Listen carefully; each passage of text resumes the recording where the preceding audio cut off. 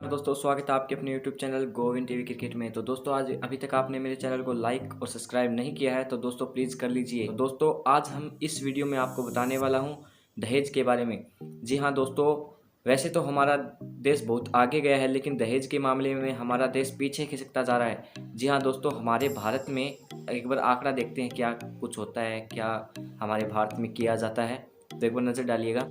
तो दोस्तों हमारे देश में लगभग एक वर्ष में लगभग 1 करोड़ शादियाँ होती है। मान के चलते हैं 1 करोड़ शादियाँ होती है। तो इन 1 करोड़ शादियों में कम से कम 2 या 3 लाख रुपए का दहेज तो दिया ही दिया जाता है।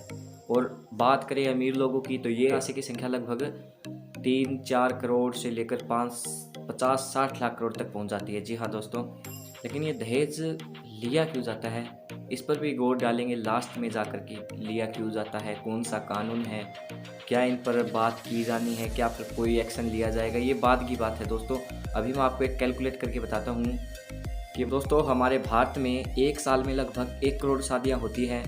और इन 1 करोड़ शादियों में मैं उनकी बात नहीं कर रहा था जो रेयर चांस होते हैं, जो दहेज नहीं लेते, लेकिन इन शादियों में कहीं ना कहीं किसी न किसी मात्रा में और कोई भी नाम देकर दहेज लिया और दिया जाता है। जी हाँ दोस्तों, और इन 1 करोड़ शादियों में लगभग दहेज की संख्या 2 लाख से शुरू होती है और हैसियत के हिसाब से या फिर जैसे जैसे आदमी की इनकम होती है उनकी इनकम के हिसाब से ये दहेज की संख्या 5 करोड़ से लेकर 50 करोड़ 60 करोड़ भी हो जाती है।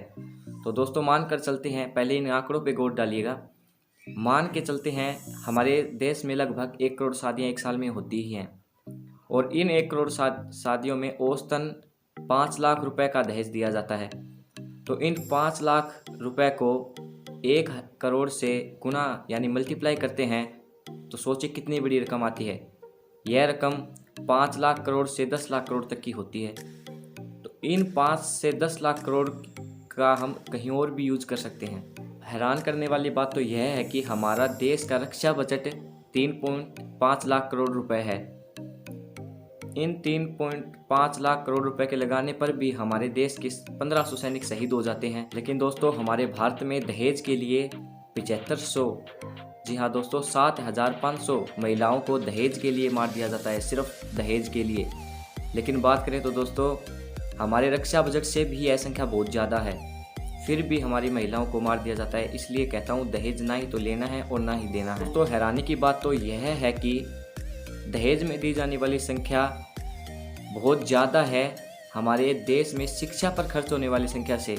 ध्यान से सुनिएगा, हमारे देश में जितना बजट शिक्षा पर खर्च किया जाता है उससे कई ज़्यादा दहेज पर खर्च किया जाता है। जी हाँ दोस्तों, और दोस्तों आपके मन में एक और वहम होगा, वो भी दूर कर देता हूँ कि दहेज लेने वाले अनपढ़ लोग होते हैं या फिर जिन्होंने शिक्षा नहीं ली वो अनपढ़ लोग दहेज लेते हैं। तो ऐसा नहीं है दोस्तों।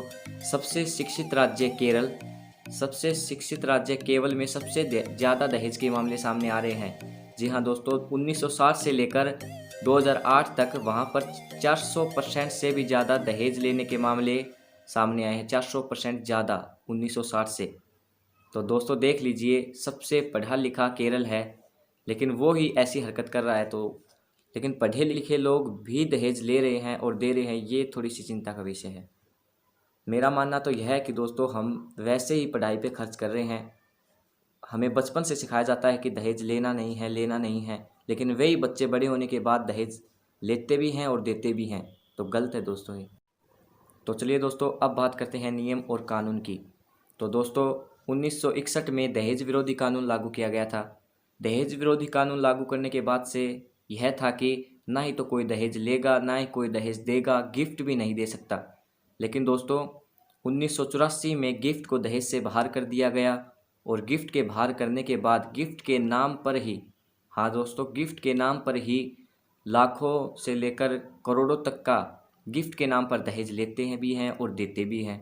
तो दोस्तों यह बहुत बड़ी गलती थी हमारे कानून में कि वह गिफ्ट को दहेज से बाहर किया गया।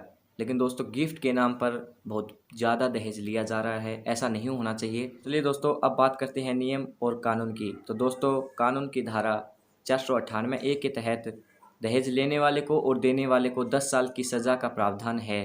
दोस्तों कोर्ट में केवल 15% महिलाओं यानी 100 में से 15% फैसला महिलाओं के पक्ष में ही आता है और बाकी 85% वर्ग के पक्ष में आता है। एक वजह यह भी हो सकती है दोस्तों, इस कानून का दुरुपयोग भी बहुत होता है। तो दोस्तों अब वीडियो के अंत में आपको बता रहा हूँ कि लगभग दहेज देने वाला परिवार 60%, 100 में से 60% परिवार कर्जा लेकर ही दहेज देते हैं।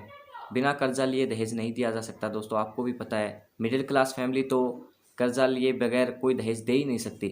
तो इसलिए कह रहा हूँ, हम दहेज भी दें, कर्जा भी लें, बेटी भी दें, तो ऐसा थोड़ी ना होता है दोस्तों। इसलिए दहेज को ना ही तो लेना है और ना ही देना है। धन्यवाद।